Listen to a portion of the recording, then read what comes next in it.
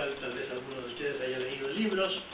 Vivía en Inglaterra en aquel tiempo, y era un sufi muy controvertido con los sufis tradicionales, porque nunca hablaba de Dios.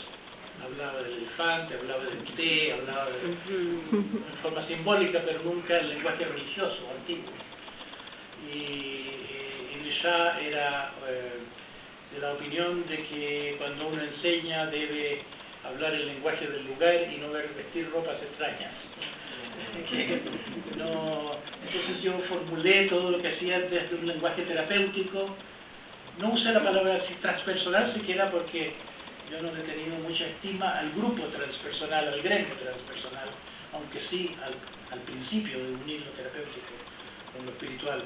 Así que hablaba de terapia, formación de terapéutica, y metía otros elementos un poco como el cocinero que le echa una hierbita mágica a lo que está cocinando. Ponía aportes un poco extraños a la terapia, pero sin mayor ostentación sobre eso.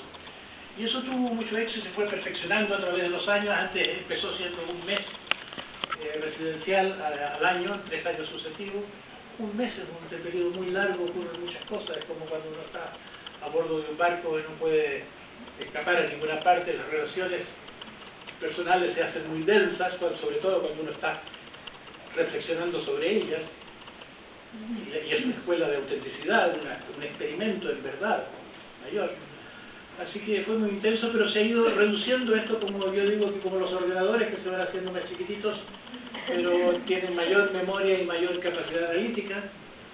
Y cuando ya estaba muy avanzado el desarrollo de esta escuela, me invita Hugo Diamante, que es alguien que ha organizado congresos de educación muy masivos en Argentina, junto a Catamarca, creo que fue el año 2000, un congreso titulado Educación para el Tercer Milenio, en el Polideportivo de Catamarca, donde había 5.000 profesores de distintos países sudamericanos. Abrió el congreso Sabater.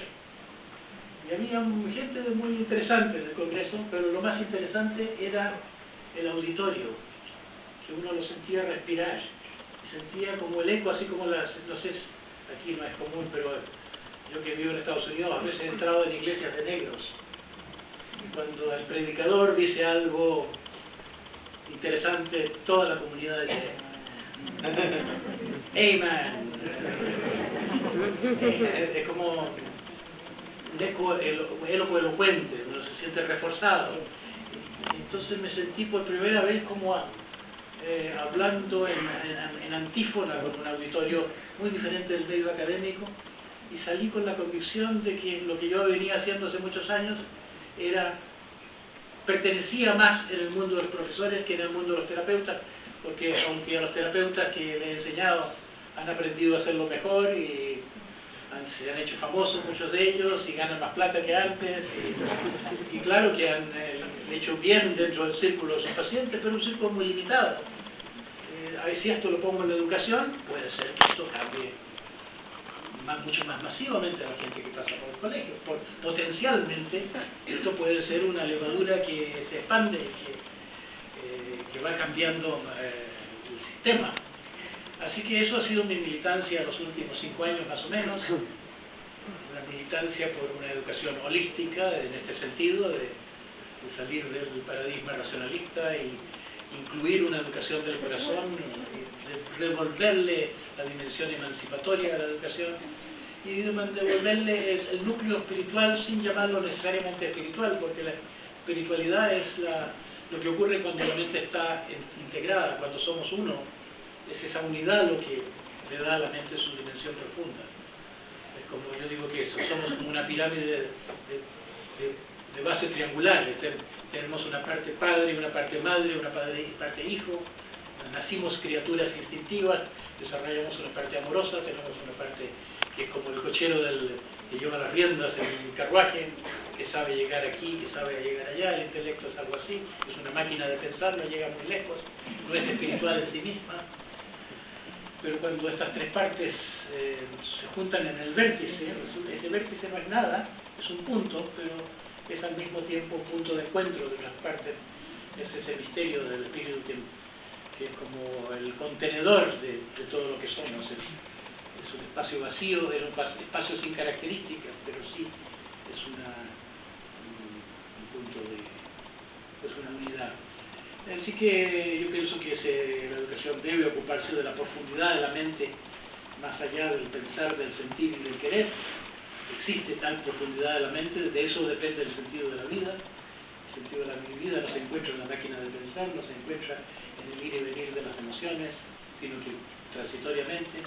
Los impulsos animales tampoco, eso tampoco dura. El sentido de la vida se encuentra en esa región misteriosa que es la conciencia misma, más allá de las funciones, más allá de los fenómenos mentales, la mente en sí, que es cognoscible y ha sido el objeto de las antiguas tradiciones espirituales. Bueno, esa es mi propuesta y no quiero comerme todo el tiempo de lo que estemos aquí, pero me dicen que hay una persona llamada a hacerle preguntas. Sí. Oye, gracias Claudio por tu...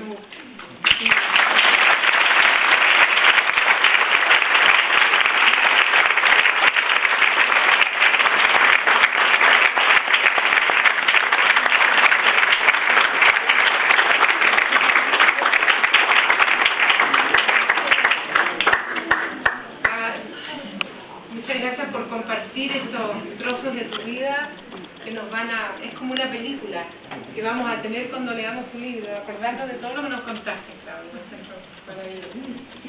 Un pequeño avisito, hay 2 autos que tienen que salir de inmediato porque están mal estacionados, el TW 7777 y el SC